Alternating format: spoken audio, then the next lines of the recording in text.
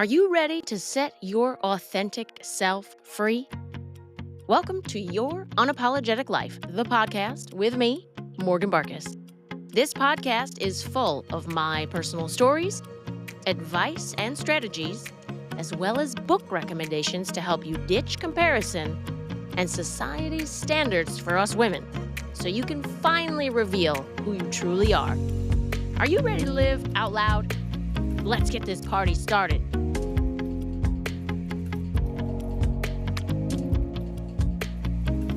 Let's talk about sex, baby. Let's talk about you and me. I really like talking about sex. I'm very comfortable talking about sex. My mom said I was asking about sex as soon as I could talk. I don't know why that is. I just find it the most delicious way that humans connect. And even as a kid, I was like, how does that work? Why are they doing it? Tell me everything. And she got age appropriate books. And then I got older and I went to school to be a marriage and family therapist because I wanted to understand not just sex, but humans in general and how they interact with each other, why they get in relationships, how they get in relationships, what makes those relationships healthy and or unhealthy, and how we can be better humans together. And if you see my book collection, there are a lot of books on sex. One time when my parents were visiting, my dad said, "Have you read all of those?" I was like, well, not all of them, but most of them. I just find, again, it to be the most wonderful part of how we connect as humans. It is the most vulnerable we are with another human and the closest we are with another human. And what's crazy pants to me is how many people are uncomfortable talking about sex and how many women in particular have been uncomfortable or have never even examined their own bodies, every inch of it in every way, explored sex with themselves, and then interacted with a partner and not been able to openly, freely, confidently talk about sex. And I'd like to dive into that a little bit and talk about why it's so darn important. I think that it's important because it's then not elusive. It's something that we just do. I always wonder, I joke, and I'm also dead serious. Folks have a really hard time talking about money and sex. And both of those things are very, very essential parts of how we operate in this world. And I'm just really grateful that my mom didn't shut me down and she answered my questions, again, age appropriately throughout the years. And then I started to explore on my own. And how did I do that? Well, one of them was books. So again, my mom got me age appropriate books. And then as I got older, I got more books, and there's just so many books. And there's like relatively pointless books like 101 sex positions that'll drive your man crazy. Like, that's not really interesting to me.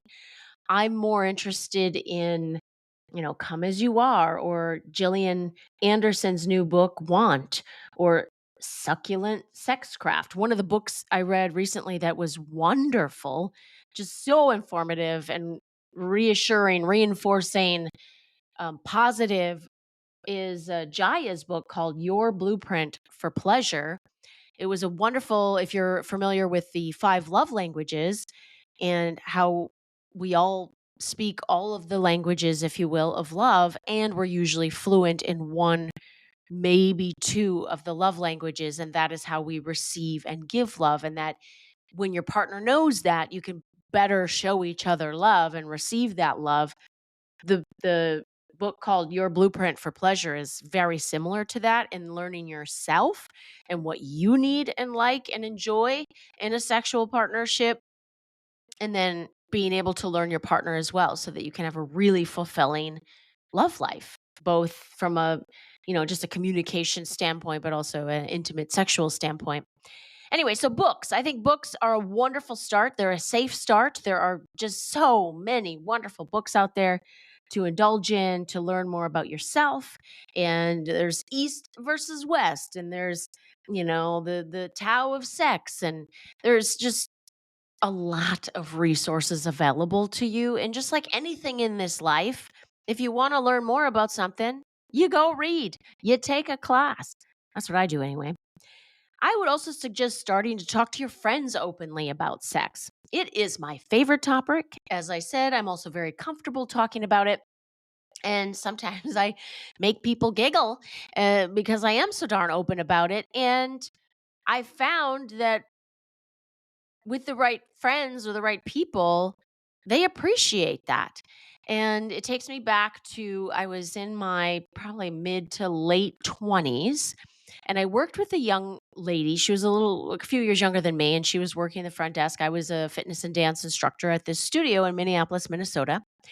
And we got talking about a relationship and I just very blatantly asked, like, how is the sex? Is he a generous lover? Are you orgasming? And she's like, I think so. I said, you think so? Well, if you were orgasming, you would know so. And I described it to her and she was like, no, I'm definitely not experiencing that. And I said, well, we need to change that. And I encouraged her to spend some quality time by herself, set up the environment however she wanted to, knowing that her partner wasn't going to be coming home anytime soon. She could close her eyes, listen to music, have some wine, or however she wanted to set the mood, if you will, to have some solo play.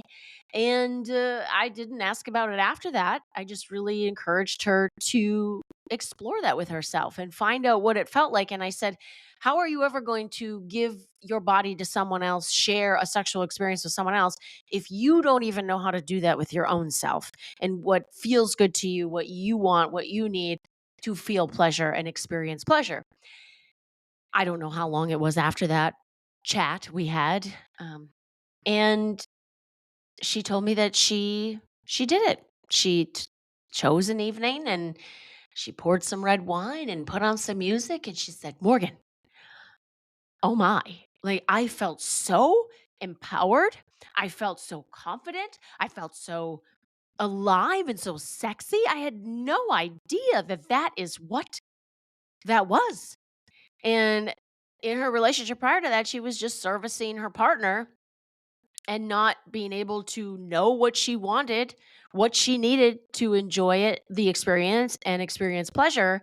But she also was just servicing her partner. He had a position that he liked, that got him off, and that is what they did basically every single time. That relationship did not work out in the end. And now, from what I can gather from social media, she is extremely happy in her current relationship that she's been in for years. And I am thrilled for her and hoping that she's having many, many orgasms in that relationship. Good for her. So I would say talking about it with your friends, and I'm not necessarily suggesting you chat about sex with your coworkers. I was in a certain environment. Usually, the fitness industry is a little bit more personable.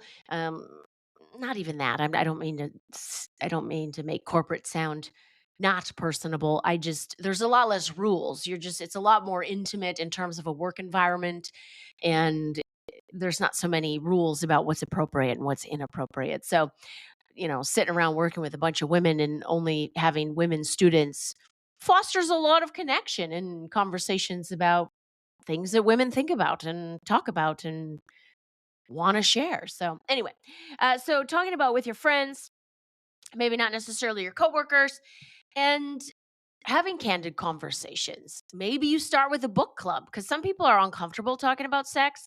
Another outstanding book is called Sex Talks by Vanessa Marin. She's actually a licensed marriage and family therapist. That book is extremely practical. She talks about sex and partnership and being able to express what you want in a partnership. And then there's exercises that you can do with your partner or even on your own to explore more about your sexuality and how to confidently talk about sex. And when I say confidently, I mean think about anything in life. You're not out the gate confident about it. You're confident because you've been learning, you've been studying, you've been practicing and you become confident. So that's why I am suggesting, of course, to get books, get the resources, and then also start having the conversations with the people you feel safe with, the other women in your life that you can have these candid conversations with. I think about, do you remember? I'm a huge Sex and the City fan. And when I was going through graduate school for my marriage and family therapy degree, I oftentimes played the Sex and the City TV show episodes in the background because I didn't necessarily need to listen to them. I had seen them so many times. It wasn't like I needed to pay attention. I just liked the company, if you will. And there was like a comfort level and a humor and just in being around the characters in that show. And I thought it was such a for Hollywood and a realistic take on what women think about, deal with, and want to talk about with each other and their girlfriends. So anyway, I'm thinking about the time when Charlotte, she was kind of on the outs with her friend group, and she went to go hang out with some college girlfriends of hers, and she was talking about her relationship with Trey and how she just sometimes she just really wanted to. I don't know if I should swear. I haven't sworn yet on this podcast. It is my nature to cuss up a storm, and I'm gonna not. Anyway, she just really wanted to be like pressed against the wall, take me now kind of sex. And her husband was not doing that. And when she expressed that with these girls, they all looked at her and they're like, Charlotte, how could you? And just like made her feel silly, stupid. She was embarrassed and realized I am in the wrong group of girlfriends right now because I should be able to talk about this openly and just have my friends be there in this conversation with me, and these women are acting like it's inappropriate to talk about something we all do. And anyway, so she was in the wrong friend group. So make sure you're in the right friend group or with the right girlfriend of yours that you can have these conversations with. Start having the conversations. Pick a book. Maybe you read it together, talk about it, or maybe something that is going on in your life and you want to talk about it and say, "Hey, I've been thinking about this and I don't know how to tell my partner." And I mean, or a therapist. I mean, a therapist would be a wonderful, safe resource and a person to connect with if you want to talk about sex and your sexuality and your partnership, and then eventually maybe do some couples work as well. So, talk about it. The other thing I would highly recommend is taking a class. I am, as I mentioned earlier in this podcast episode, I am the person that as soon as I want to learn how to do something, I am taking a class and I am reading all the books. Many years ago, a girlfriend of mine asked me to be not just a bridesmaid, but the maid of honor in her wedding. Not only had I never even been to a wedding, I definitely had never been in a wedding. And I panicked and I begged her not to choose me because I thought, I don't know what I'm doing. I'm not going to be a good choice. I might screw everything up. I don't think I am the best choice for this. And she was insistent and I was honored and I thought, okie doke. And I went and bought like 3 or 4 books on being a bridesmaid and a maid of honor in particular. And I read those books and I tried to follow along some of the tips and tricks and all the things I didn't know I was supposed to do in this situation. So that's how I am. And after that, I was dating a guy, not a good choice in the end. I'm not saying this was. And I appreciated this part of the relationship. He had asked me one time to dance for him. And I'm in my early 20s. I am from a small town in Wisconsin.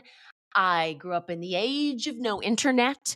I didn't know what he was talking about. I mean, I knew what he was talking about, but I certainly didn't feel confident doing that. I was like, dance for you? I can't do that. I don't, I what am I going to wear and how do I move? And I don't even, what?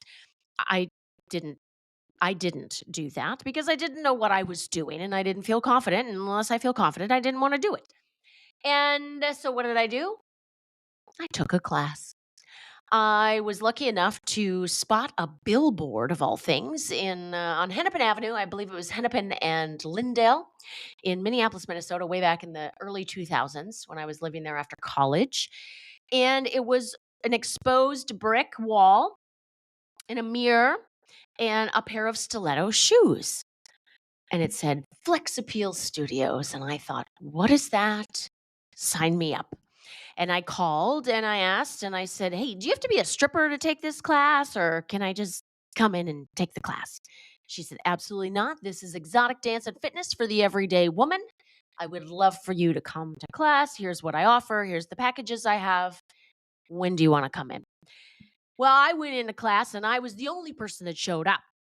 Apparently, she was new to the area, back to the area. She had grown up in Minnesota and had danced herself and started a studio. I think she was in Vegas and maybe California at some point. But anyway, she was back in the Midwest and she started this studio and it was gorgeous.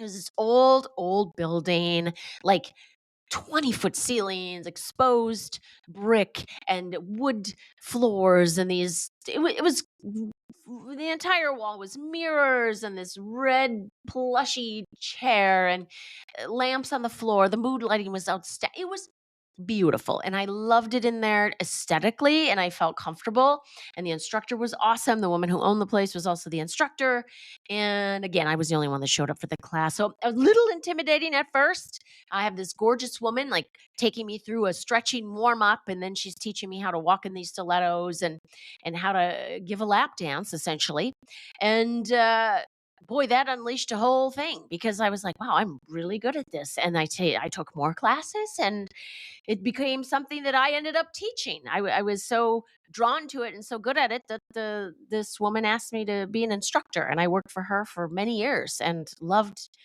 every minute of it.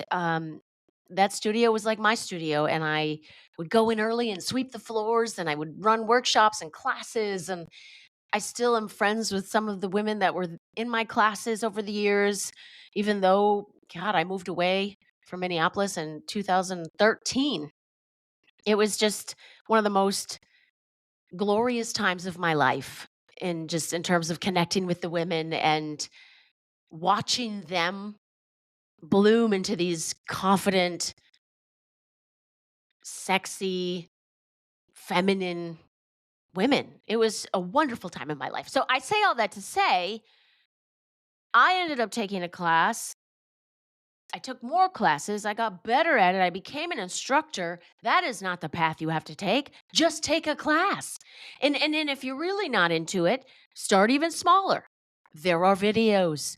There are instructive videos out there. You've got the S Factor with Sheila Kelly. She's been at it for years and years and years. And she was even on Oprah. Again, one of my heroes, Oprah, love her. She exposed the world to so many wonderful authors, but also put pole dance on one of the world's biggest stages and talk shows. And so again, look up Sheila Kelly and the S Factor. There was Flirty Girl Fitness up in Canada years ago. I don't know if they're still in business. It's just take a class. Maybe get some kind of video first if you want to try some things at home, and truly being immersed in a class and around other like-minded women that are there. No one is looking at you, by the way, when you're there. I want you to go in there and I want you to let go, relax. Nobody's watching you. They're watching themselves. They only care about themselves. They don't want to fall in the shoes. They want to see how their body moves in this new way. No one cares what you're doing. So go in there and be free. Enjoy yourself. And you're going to probably find that after one class, you're like, well, that was pretty awesome. I'm going to go do another class.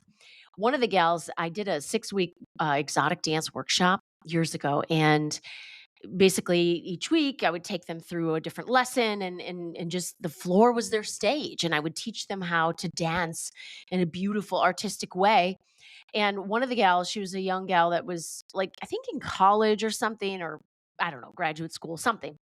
But she basically told her partner, her boyfriend, that she was taking a ceramics elective class on these Sunday afternoons for 6 weeks. And she surprised him after our workshop was done, and turned on some music and had a outfit, and she danced for her partner. And he was like, "Where did you learn how to do this?" And she said, "So, remember the ceramics class I told you about? Yeah, I was taking a dance class with Morgan." So, and then years later, I also met a husband, and the woman was a friend of mine, and I ended up teaching at her studio for years after this encounter. But anyway, when I first met her husband, he said, "Wait, you're Morgan?" I said, yes, I am. Wait, you're the Morgan? I said, yes, that is me. And he goes, you are the reason I have a pole in my bedroom. And he came up and he bear hugged me and lifted me off the ground and thanked me for my services. And I said, well, I'm just out here making many households happier places. And truly, the reason that I love teaching as much as I did and love working with women is because it was about them.